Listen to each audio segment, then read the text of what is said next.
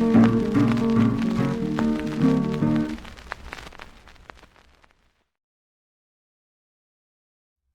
interrupt your regularly scheduled woke stupidity to bring you some new and improved woke stupidity.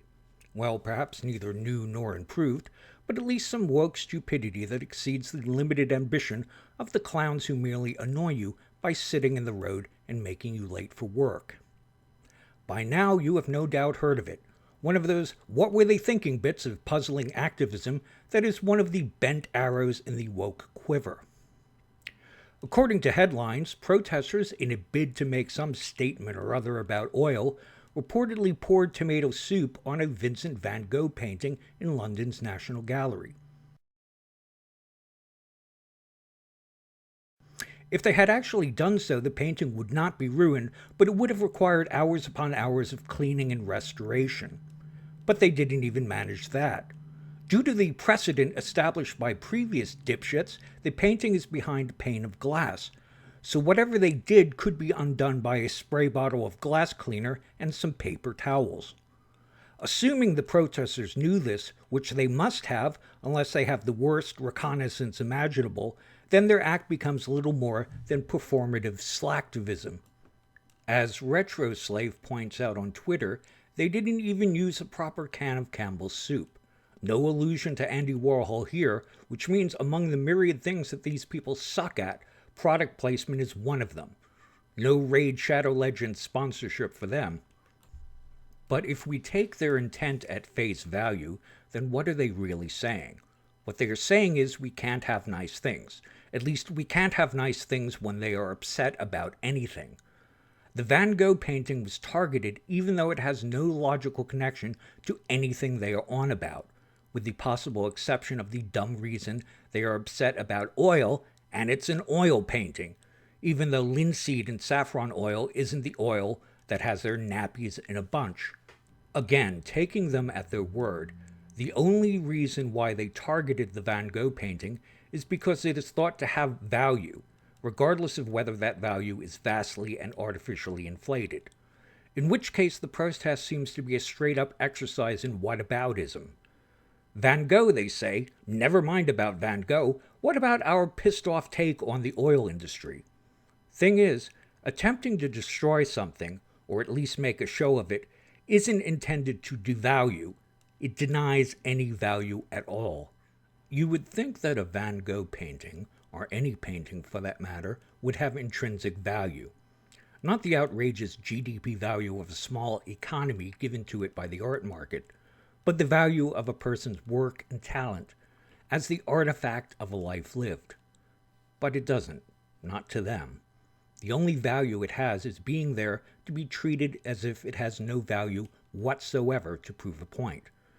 And despite how overvalued Van Gogh may be, at least the price tag isn't nearly as ridiculous as a Jackson Pollock, which looks like they were created by someone running acrylic paint through their urethra.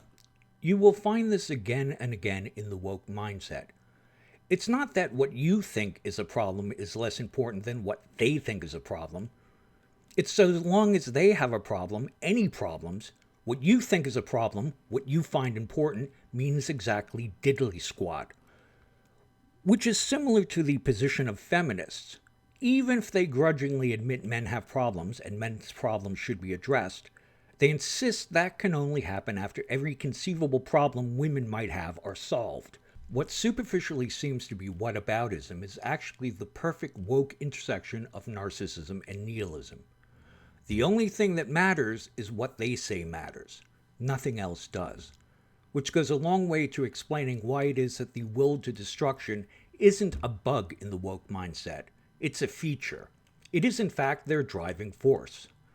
They don't actually care about the effects the oil industry has on the environment. They don't actually care about people suffering through the winter due to inflated oil prices.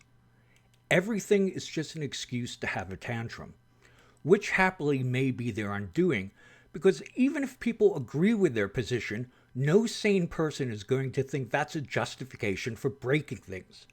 It's like someone coming into your house, claiming they have only your best interests at heart, and then begin smashing the Hummel figurines off your shelf with a crowbar.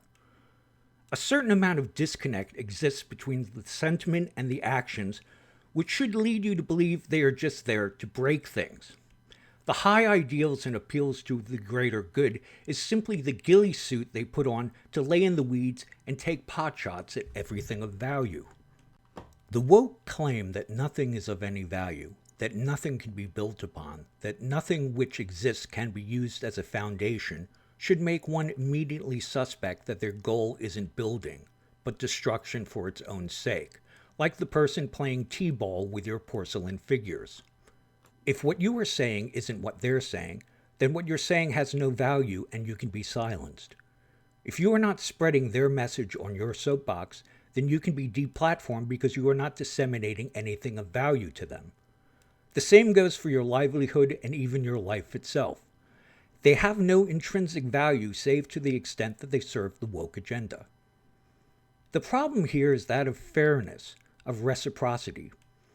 How is it that the woke get to be complete unapologetic nihilists towards anything that you value, but you have to value what they do, no questions asked? The only reason they get to be that kind of complete and utter nihilists, exempt from reciprocity, from their own rules, is because they are also complete and utter narcissists. Well then, you should ask, why don't what we can value and respect for others' value work both ways? And that's the only question you need to ask to strip away the thin veneer of caring to reveal the pathology beneath the woke mindset. Then you need not give them the time of day, except to have a laugh at their insane antics. Like what I'm doing here? Want to keep me from falling into abject poverty? Then consider supporting the channel and its author on Patreon. Or for a quick injection of cash into my dire circumstances, donate through PayPal. Both are linked in the description box below.